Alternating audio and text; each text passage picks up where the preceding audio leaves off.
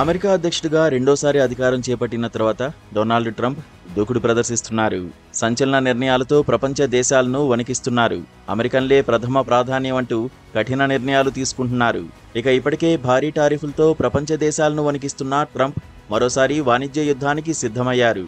అగ్రరాజ్యంలోకి దిగుమతయ్యే ఉక్కు, అల్యూమినియంపై గతంలో విధించిన 25% టారిఫ్ను రెట్టింపు చేసి 50%కి పెంచారు.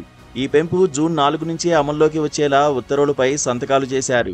అమెరికా దేశ భద్రత, పరిశ్రమల రంగాన్ని రక్షించేందుకు ఈ చర్య అత్యంత కీలకమని ట్రంప్ ఈ సందర్భంగా పేర్కొన్నారు. కాగా యూకేతో వాణిజ్య ఒప్పందం అమల్లో ఉన్న నేపథ్యంలో ఆ దేశానికి మాత్రం 25% టారిఫ్ కొనసాగుతుందని ఆయన స్పష్టం చేశారు.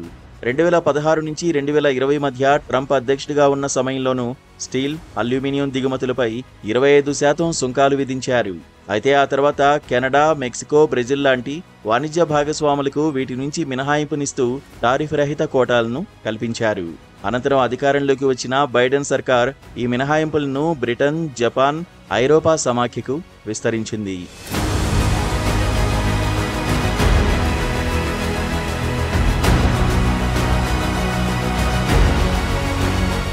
అయితే రెండోసారి అధ్యక్ష బాధ్యతలు చేపట్టిన ట్రంప్ ఉక్కు, అల్యూమినియంపై మళ్లీ టారిఫ్ బాంబు పేల్చారు. ఏ దేశానికి మినహాయింపు ఇవ్వకుండా 25% సుంకాలు విధిస్తూ ఏప్రిల్ 2న నిర్ణయం తీసుకున్నారు. తాజాగా దీన్ని రెట్టింపు చేశారు.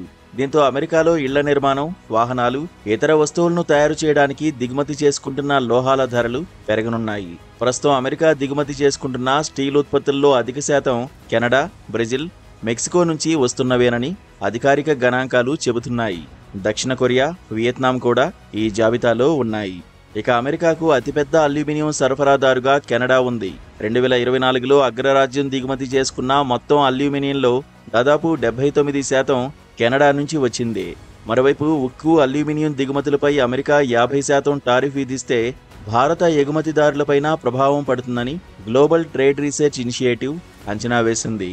2024-25లో మన దేశం నుంచి $4.56 బిలియన్ అంటే భారత కరెన్సీలో 38,000 కోట్ల రూపాయల ఇనుము, ఉక్కు, అల్యూమినియం ఉత్పత్తులు అమెరికాకు ఎగుమతయ్యాయి. తాజాగా ట్రంప్ నిర్ణయంతో భారత్పై కూడా ఆ ప్రభావం పడే అవకాశం ఉంది.